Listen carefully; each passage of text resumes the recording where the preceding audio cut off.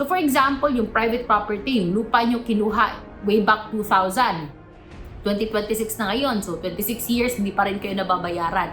Paano i-compute? So yung sabi ng Rule 67, either the actual taking or the filing of expropriation, whichever came first. So yung nauna sa kasong ito is yung pagkuha or yung taking. So that was in 2000 kaysa sa pag-file ng expropriation. So yung basihan ng pag-compute is year 2000, okay? But take note. Hello guys, welcome back to your YouTube channel. By the way, I'm Attorney Zai, and our topic for Let's Talk Legal is about just compensation. So related to dun sa video natin about eminent domain na kung saan umabot ng 1.9 million views sa Facebook, no? So ang daming nag-comment dun sa video natin, ano daw yung legal remedy nila kung yung gobyerno kinuha yung lupa nila at ginawa itong kalsada pero hindi sila nabayaran. Okay? So kung maaalala nyo, na-discuss natin dun sa video natin na under our constitution, the government or the state has the power to take private property and use it for public use,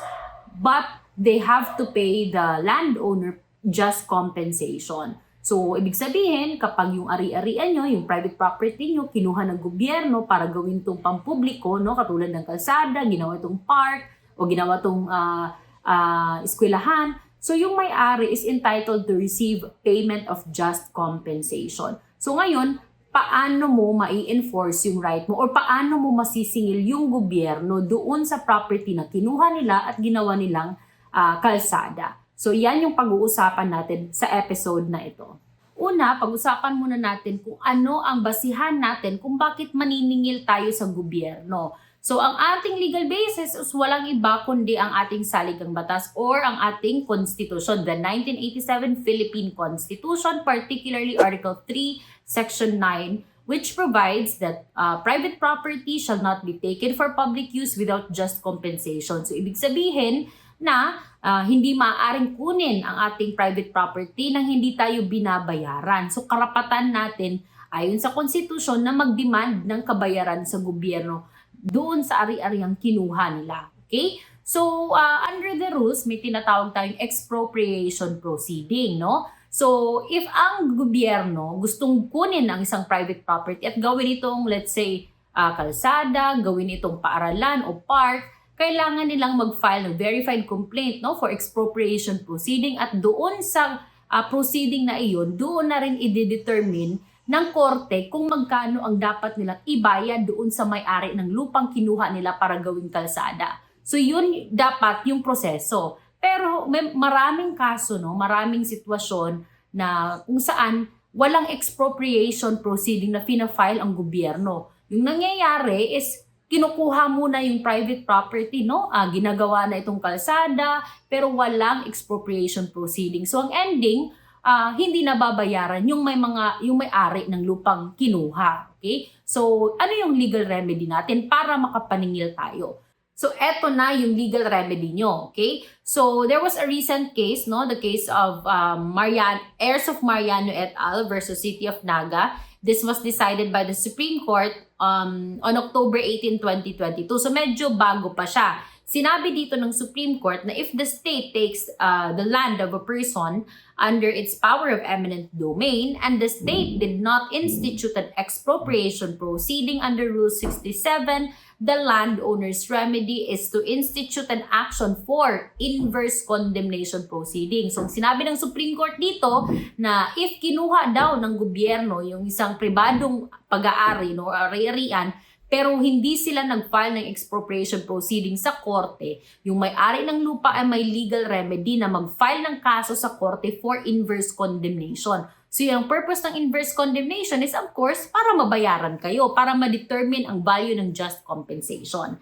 Now, who will determine the value of just compensation? Take note that the duty to determine the value of just compensation is a judicial function, judicial prerogative.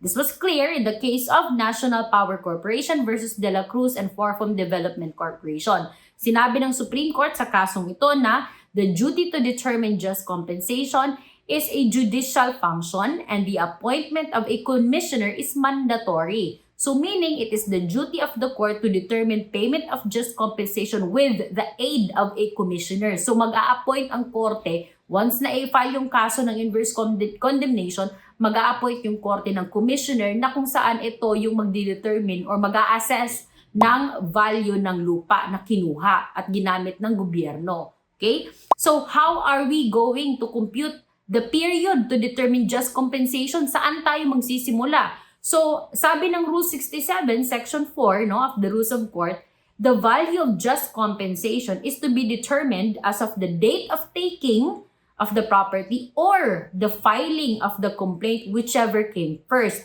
So by the way, sino yung magfa-file ng expropriation? Ito yung state, yung gobyerno yung magfa-file ng kaso sa korte for expropriation. So kasi yung normal na procedure is dapat muna silang mag-file ng expropriation proceeding bago nila kunin yung private property. So sila yung magfa-file ng expropriation para nga ma-determine yung just compensation. Pero yung kasagaran na nangyayari is kinukuha muna nila yung private property before sila mag-file ng expropriation. So yung kaya nga merong inverse condemnation. So ngayon, paano mo i-compute? Saan kayo magsisimula? So ang sabi ng Rule 67, whichever came first, either the time of taking or the filing of the expropriation case. So for example, yung private property, yung lupa nyo kinuha way back 2000. 2026 na ngayon. So, 26 years, hindi pa rin kayo nababayaran.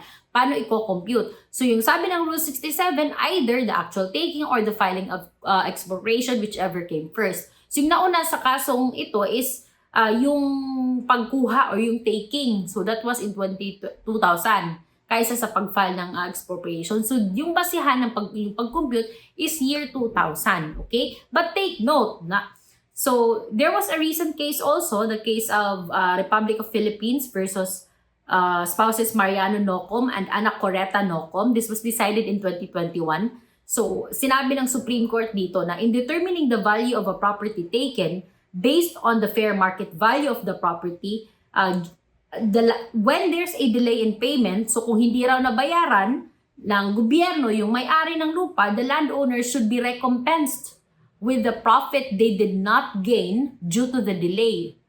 Thus, the difference in the present value of the property and its value at the time of taking should be considered in the computation of just compensation. So kung babasahin natin yung kaso ni spouses Mariano Nocom, may computation na ginawa ang Supreme Court. They compounded interest, may compound interest na ginawa yung Supreme Court. Kasi sabi ng Supreme Court sa kaso na ito, kung may delay of payment, so for example, 26 years hindi kayo nabayaran. So may 26 years na loss of profit. So sabi ng Supreme Court, dapat din i-consider yun sa pag-compute ng just compensation. Hindi lang yung fair market value at the time of taking.